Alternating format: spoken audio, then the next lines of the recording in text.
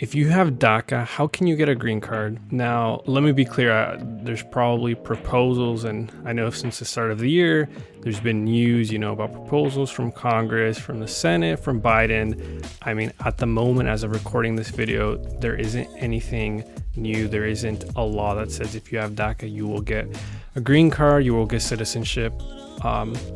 But you can use DACA to your advantage in a few different scenarios. First, let me just begin. Generally, there's two ways to become a resident with family petitions. There's business immigrations, but I don't handle those cases, and that's not the purpose of this video. But two general ways. One way is in the US. Another way is outside of the US. So what dictates whether you can become a resident in the States or outside is how did you enter? Did you enter legally or not? If you did not enter legally, then generally you have to leave the States and go back to your country of origin for your interview. If you entered legally, or you can get a legal entry, then you can become a resident here in the States. Just a bit of background information. And if you have DACA, well, how does that play out? DACA does not at the moment give you a pathway to residency, a pathway to citizenship. It just gives you protection from being deported, and it allows you to get a work permit.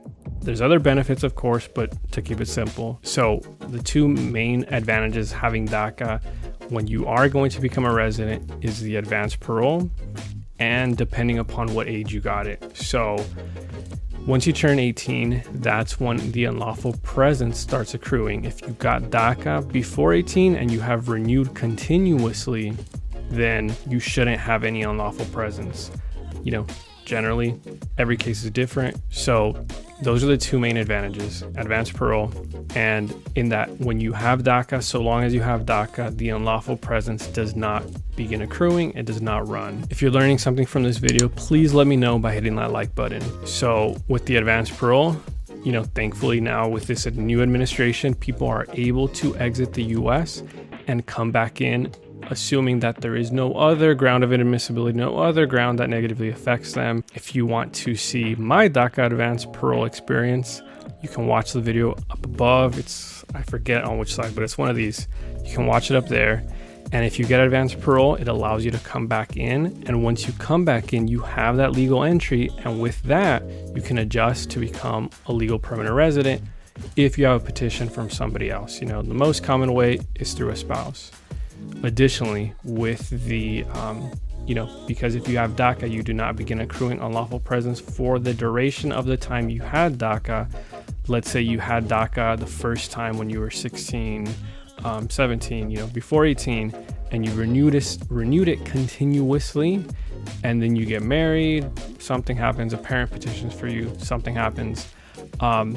You don't need to get a waiver. You don't need to request a waiver because there's nothing to waive. You don't have unlawful presence. And that is beneficial because let's say even if you have to travel back to your country of origin for your interview, the advantage is you don't have to submit that waiver petition, assuming that's your only ground of inadmissibility. And the benefit of that is at the moment, those petitions, provisional waivers at least, they're taking about 2 to 3 years. If you don't need to wait that long, then it's going to speed up the process. So those are the two main ways that DACA will help you in obtaining a green card. Now there are, since DACA was proposed and years after that and up until right now, there's been proposals, in terms of giving individuals that have DACA a green card. There's been so much back and forth. Originally Democrats are wanting to give individuals with DACA a green card. Then Trump was proposing it. The Democrats didn't want to get on board.